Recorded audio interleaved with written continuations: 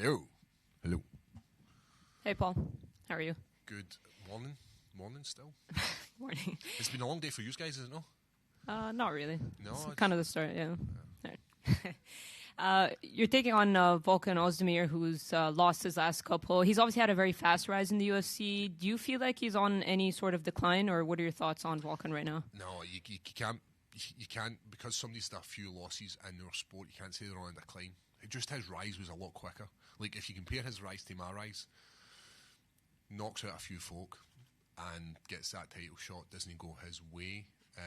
But he's still a dangerous opponent, so you can't rule him out and just be like, he's on the slip, you know, and Paul's in the rise. Just my journey was a slightly bit different. You know, I ended up going through, like, it was a crazy journey, getting from where I started and just being on the fringes of that top 15 and not getting any closer, you know, fighting guys who weren't in the top 10, fighting guys who are new to the sport, and it was just felt like I was just grinding to try and get anywhere, whereas Oezdemir was just touching folk and getting up further and further and further. But no, you can't write him out. But I just believe it's my time. I just believe that in life there's moments that change your life, and this is going to be one of them for me. I'm 8, he's 9. I need this victory. I need to be making my way further up that ranking to get closer to that goal. That's ultimately what I want to do with this sport. You've been often underestimated, but I feel like you've been getting the respect. Do you feel that as well? Do you feel like people have stopped kind of counting you out? Yeah, I remember using the line saying I was like the Homer Simpson of the light heavyweight division. You know, when he starts boxing, he's getting knocked out of. These people are just wailing on him, and then all of a sudden he would just push them over.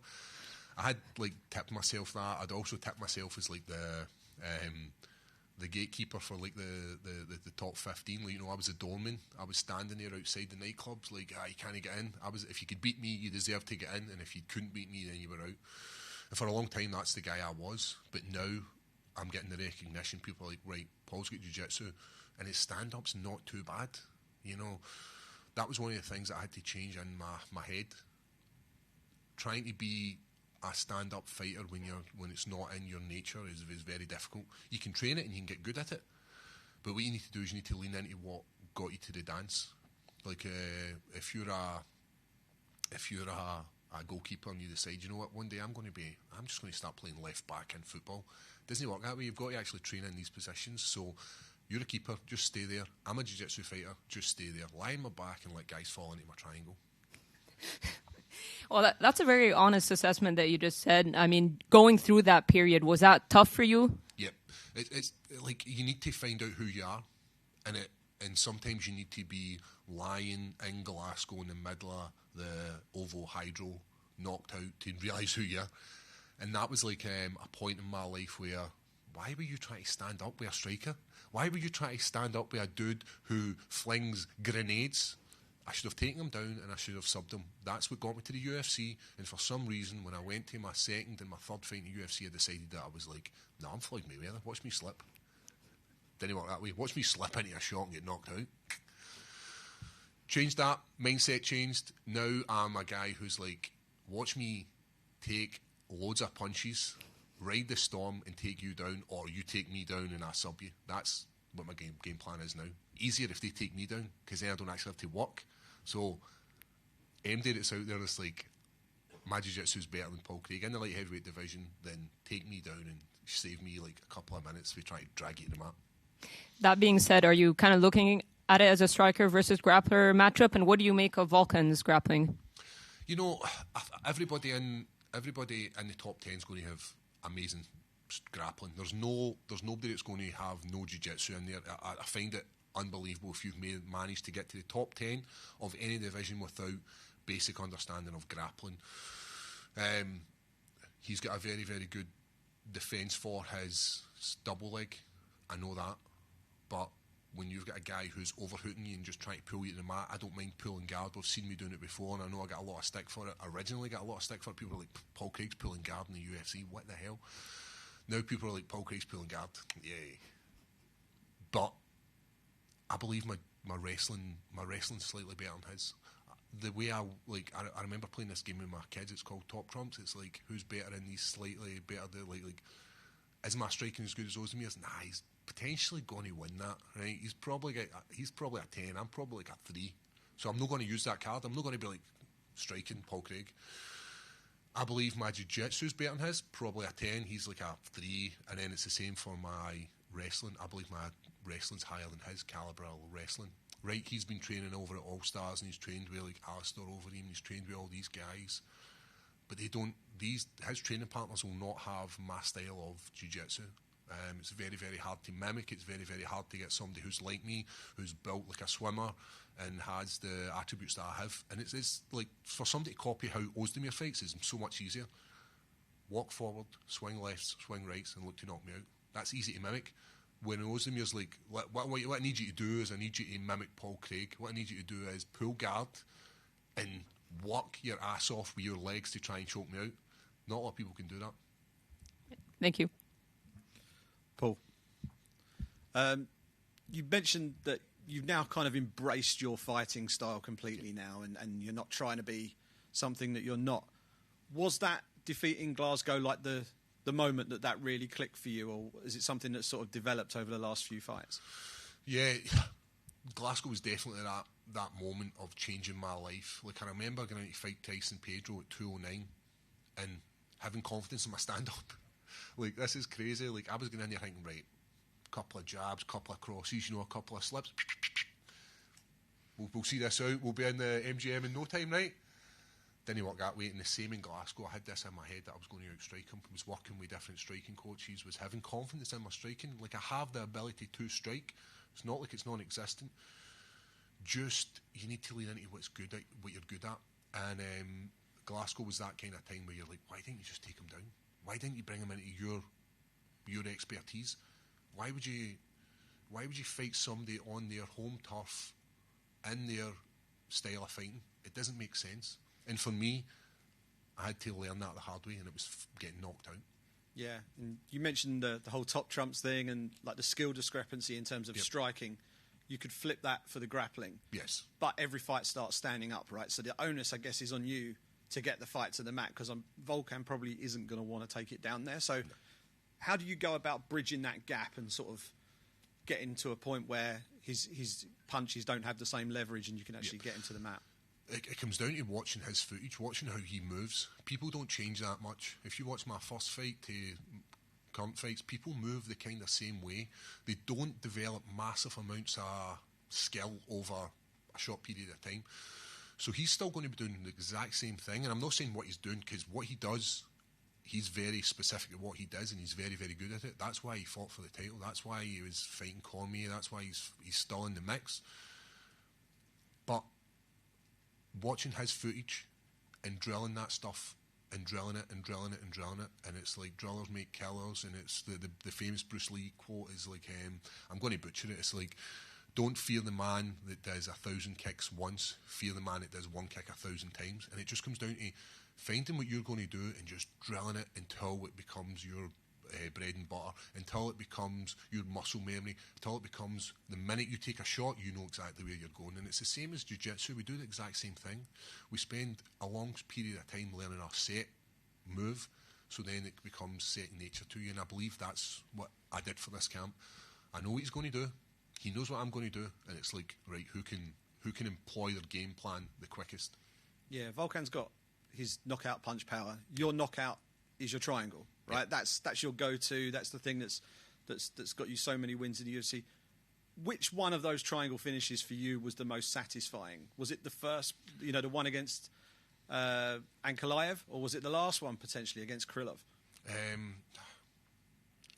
It's tough, because the one in London, that first time in London, was the fourth fight in my contract. It was the first contract I'd ever signed for the UFC. I'm coming off 2 losses.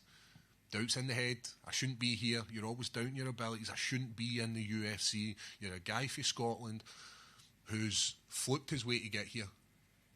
And then last second, he just flukes it again. And I remember standing up and just thinking, like, it changed my life. So for me, yeah, I think that's the guy. That has to be the guy. That's the moment that changed my life. I know I said Glasgow was the moment where I realised that I need to lean into my strengths, but that's the moment that's like, right, Paul, you deserve to be here. You just beat the guy who they're attempting to be the next big thing in the light heavyweight division. And even if you look at his rise now, like, he's an absolute stud. He's knocking people out. He's submitting people. Well, he's not submitting people. He's knocking people out, and he's taking them to decisions. He didn't do that to me. Didn't knock me out. I took some of his best shots, and I managed to still submit the Dagestani destroyer. And, like, right now, there's rumours going about in Dagestani that, like, you heard of the boogeyman? It's the bear Jew.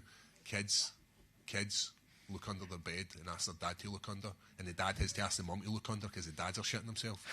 They're like, is the bear Jew there? Because in Dagestani, like, I think I've taken 3 Russians at the moment, so I'm the boogeyman in there. You're not going to tell us what bear Jew means, are you? No. Every time we ask you, you say you won't. No. You're still keeping that one. Look under the bed and maybe you'll... Yeah. Final one, just sort of tying back to what you were saying there. You mentioned almost like that imposter syndrome that you had early on in your UFC career. Is that all in the bin now? Yeah, it's always going to be there because you're always going to doubt your own abilities. And the only way to do it, the only way to, like, improve it is to constantly work with the best that you can get. Like training with Tom Aspinall, training with guys who are better grapplers, and being able to survive these exchanges in boxing, going to boxing gyms, and that's only going to improve it because you're always going to be like, oh, am I good enough to be here? It's always going to be there. I imagine it's people who get really good jobs and they're like, I've kind of fluked myself into this. I shouldn't really be here. Like, there's always going to be times. It doesn't matter what sport you're doing or where you are in life. There's always going to be times where you're going to be doubting yourself.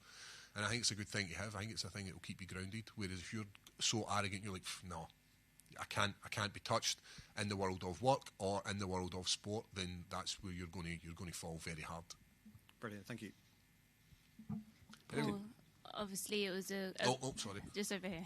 A great night for you last time. In UFC London. How do you think it goes down again? This weekend. I know.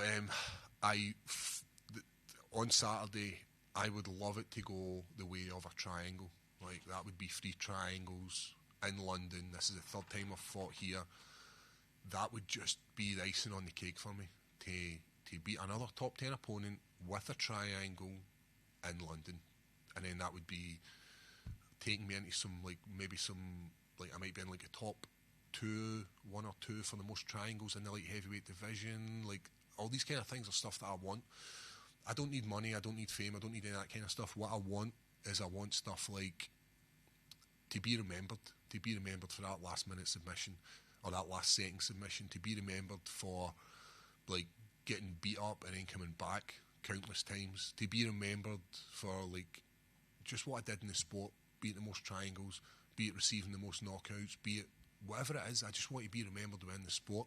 I want to look back in my career, and I want my kids and my family to look back in my career, and the kids to look back and be like, my grandpa or my dad or whoever it was fought in the UFC, and this is what he did, bum, bum, bum, bum, bum. And being part of that, like, being put into the computer game was another moment in my life that changed. Like, amazing. Having my daughters beating me up and knocking me out. That's what they do. Like, go to your room. Stop knocking me out. But, like, they're knocking me out. And I remember, like, they just released it, and within about 2 seconds, I'd been already knocked out about twice. And I'm like, at least give me a bit of a chance. And they're going like heavyweights and just knocking me out. So that kind of stuff, having, like, sports cards, the top trump cards, all this kind of stuff is just leading into, like, my legacy within this sport. And, those kind of things, like the records, setting highest record for triangles and things like that, does that mean more to you than perhaps the title? Yes, I think so. I mean, the title will be amazing because you are in actual history, but all these kind of things, like, nobody remembers who was the champion before. Like, I know the champion now, I know the champion the last couple of times, so I'm actually watching it and being like, I need to know who these are. But champions come and go. I would like to be remembered for moments rather than just having the title and then walking off into the sunset. For me, it's about all these moments, the last seconds, the getting beat up and then coming back. They're worth more to me than a bit of gold.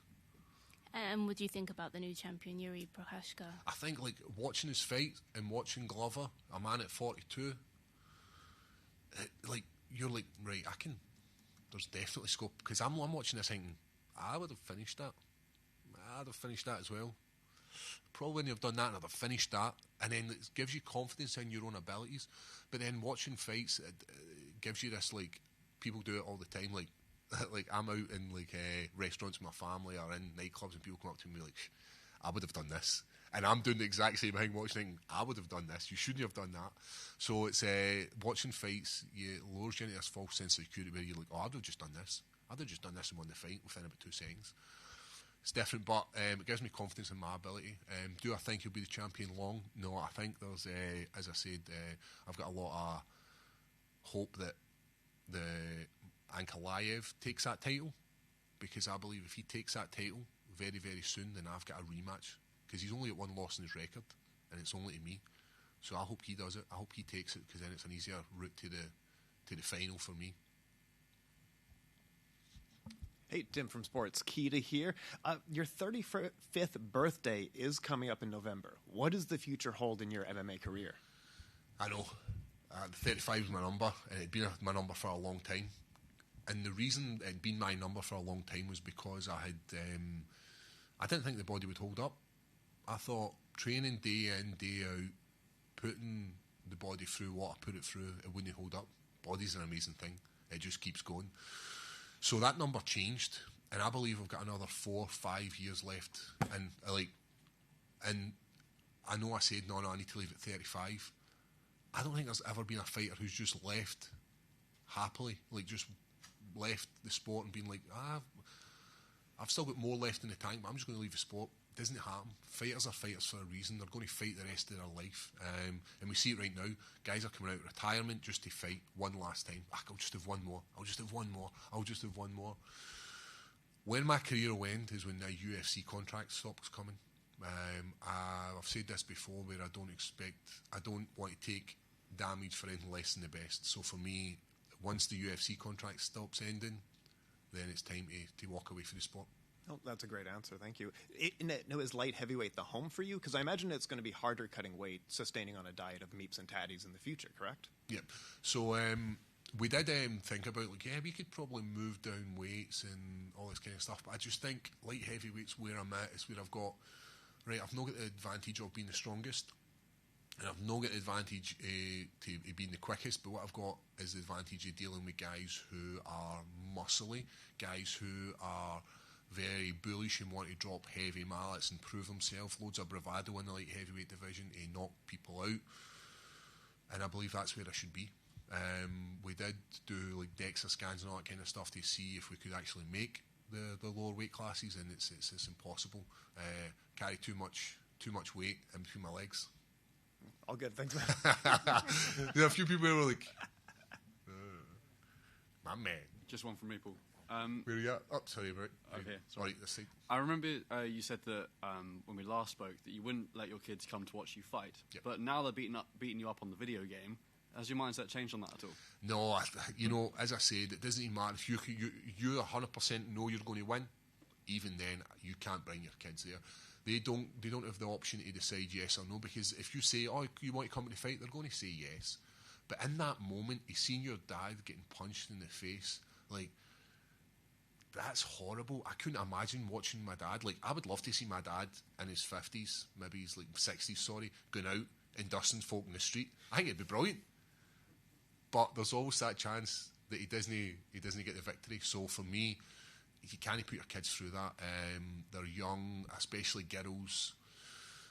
I've got this, like, I'm softer because I've got girls. I think I'd be a lot tougher if I was a boy. I'd be like, you're not man up, just die.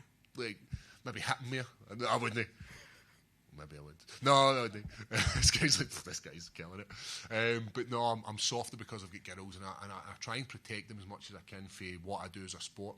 I feel bad sometimes because people come up to me and they take time. I was at a gig recently, and I was standing there with my daughter, and it was really busy, and this guy just came up. He was absolutely sloshed, and he's like, "Gives a picture." Like, it's the classic way somebody in Scotland asks for a picture.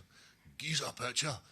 And I was like, "Aye, 2 minutes." So I like say to my daughter, like, stand there and I get a picture of the guy. "Bring your daughter in the picture." And I was like, no, mate, you're not even getting a picture now, man, because you're just making an absolute ass of yourself. And that's like, I feel bad because my daughter's never asked to be involved in that. And I think that's the same as every, like, I'm not saying I'm a celebrity, but any sort of athlete, celebrity, they don't want their kids involved in it. But it's, they need to be involved in it, and I feel bad because, as I said, it's not their choice. It was my choice to bring him into it. So if I can keep them away from it as much as possible, then I will. And I've said this before. One of the biggest things that I hate about being a fighter is what other kids will say to my kids about their dad being a fighter. The classic one would be, "I would knock your dad out." That's like, I imagine my kids hear that every single day of their life. "Well, I would knock your dad out." And it'll be hard for them. So I try and keep them away from it as much as possible. Paul, just a quick one for me. What would your advice be to Darren Till? Obviously, he's saying that he's going through his Tyson Fury moment. You've been through adversity as well. What would your advice be for him? You know, Dan Till's going to be a millionaire the rest of his life. He's got the skill, he's got the chat, he's got everything, he's going to come back, and he's going to come back in a big way. The same as most fighters who have the skill of being able to knock people out. His striking is superb, and he was flattening people and then getting the ability. You rise quickly into these divisions, have that title shot. It's just a matter of time before the same thing happens again, because a guy like Dan Till has always got that skill set of being an outstanding striker. Not only this, Dan Till's grappling is superb. His wrestling, his grappling, like, Dan Till is an amazing fighter. Is it a lonely place, though, when a fighter goes through something like that? Obviously, when you lost in Glasgow, how lonely is that for a fighter? Yeah, it's horrible, because people will come up to you and say, "Oh, it wasn't your night," but they don't know what you're going through. And even, like, you have 12 to 14 weeks of a hard fight camp, giving everything, like, not having niceties with your family. Like, I remember being in the pictures and eating a tub of pasta while my kids are turning into popcorn and Skittles and all these kind of nice sugary sweets. Well, I'm eating this dry ass pasta in the cinema. And I've been in the cinema before. Like, I've been in the cinema and people have pulled out food, and I've been like, what are they doing? Pulling out food that stinks? I became one of the people. So all these sacrifices, and then somebody's trying to say to you, "Oh, it's fine. You'll come back. You'll be all right." It's not as simple as that. You've got to go through the emotional state of grief and all this kind of stuff that goes along with grieving. That's all the time we have, guys. Thank you. Sorry, guys.